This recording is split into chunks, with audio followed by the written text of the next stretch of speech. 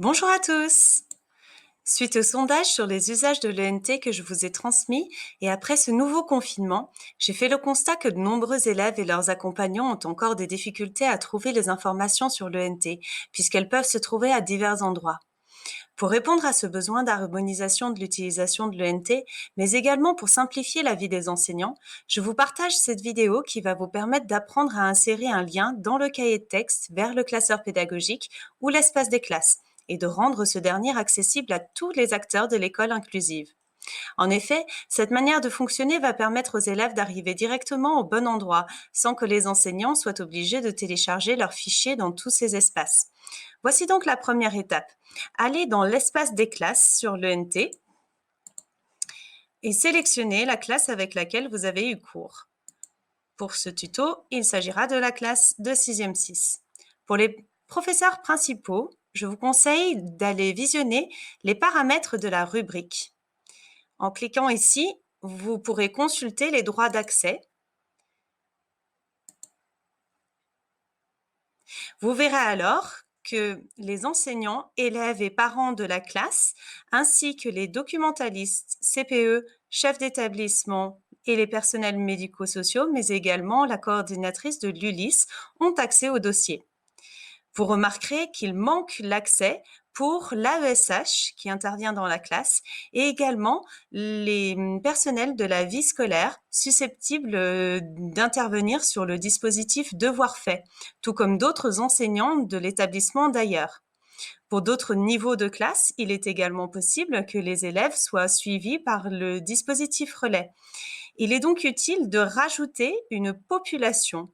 En cliquant ici, vous pouvez donner les droits de visiteurs aux enseignants de l'établissement. Cliquez sur « Ajouter ». Vous les voyez apparaître ici. Nous allons faire de même.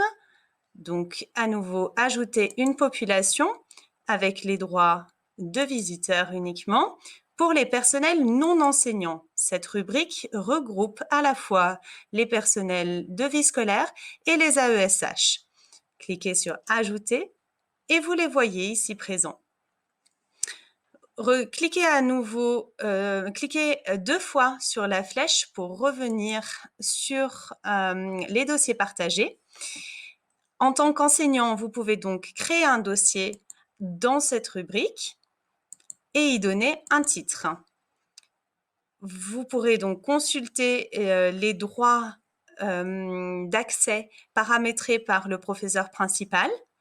Et s'ils ne vous conviennent pas, vous pouvez les personnaliser et sélectionner par la même méthode les groupes auxquels vous souhaitez rendre accessibles et quel rôle vous souhaitez donner aux différents groupes sur votre dossier partagé à vous. Pour cette vidéo, nous allons garder les droits définis par le professeur principal, tel que nous venons de le faire.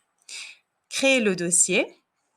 À l'intérieur de ce dossier, je vous suggère d'ajouter un sous-dossier au nom de votre séquence ou alors par semaine.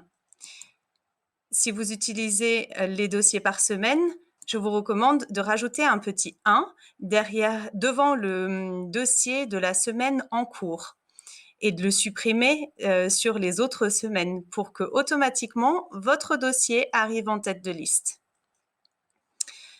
Cliquez dessus et vous allez venir ajouter un fichier pour télécharger vos documents de cours à partir de votre ordinateur. Je vous suggère de télécharger à la fois une version en .odt pour les élèves qui disposent d'un ordinateur et qui pourraient directement donc modifier ce document et vous le renvoyer s'il s'agit d'un document à rendre, mais également d'ajouter une version en PDF pour les élèves qui ne disposent que d'un téléphone portable parce qu'il est impossible de télécharger LibreOffice sur un smartphone. Cliquez sur « Ajouter » et vos documents se retrouvent dans ce dossier partagé. Vous allez aller tout en haut maintenant pour sélectionner le lien. Faites un clic droit pour copier le lien et rendez-vous dans le cahier de texte. Allez sur la séance en question avec la bonne classe, cliquez dessus et je vous suggère d'indiquer clairement à vos élèves qu'ils devront cliquer sur le bouton « Consulter la séance » pour accéder au lien vers les documents. Donnez-leur les indications suivantes. Cliquez ici pour accéder aux documents de cours. Pour les élèves et les familles qui sont peu familières de l'informatique, je vous suggère de rajouter derrière les indications suivantes. Les mots soulignés en bleu constituent un lien. Donc, cliquez dessus.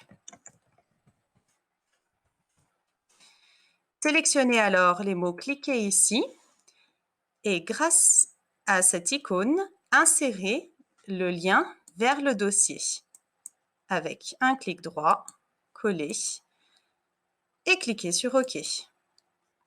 Votre lien est intégré. Vous pouvez alors faire de même pour le travail donné à l'issue de la séance. Donnez vos indications. Mettez à nouveau votre lien. Cliquez ici pour accéder à la carte mentale à apprendre. Sélectionnez les mots, cliquez ici à nouveau et grâce à l'icône, venez insérer le même lien.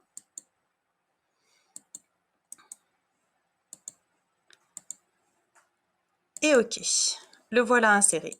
Si vous souhaitez donner un exercice à vos élèves sur un site autre que l'ENT, rendez-vous sur le site, sélectionnez le lien tout en haut, grâce à un clic droit, copier, et ensuite indiquez à vos élèves de faire l'exercice en cliquant ici. Sélectionnez les mots cliquant ici et grâce à l'icône, venez insérer le lien vers le site en question. Cliquez sur OK et les voici intégrés. N'oubliez pas de valider. Pour vérifier que vous avez bien mis le travail en ligne, cliquez sur votre séance. Une fenêtre va s'afficher et que les élèves verront également. Et il est important, vous voyez, de bien indiquer à vos élèves de cliquer sur « Consulter la séance » pour accéder au lien vers les documents, parce que sinon, ils pourraient se contenter de ce qui est affiché ici et ne pas voir les liens et les documents que vous pouvez mettre en ligne. Ainsi, ils y auront accès en cliquant sur le bouton. Vous verrez qu'ils verront vos indications et en cliquant sur votre lien, ils arriveront en effet sur l'espace des classes. Voilà, j'espère que ce tuto vous aura été utile et je vous souhaite une bonne fin de journée. Au revoir.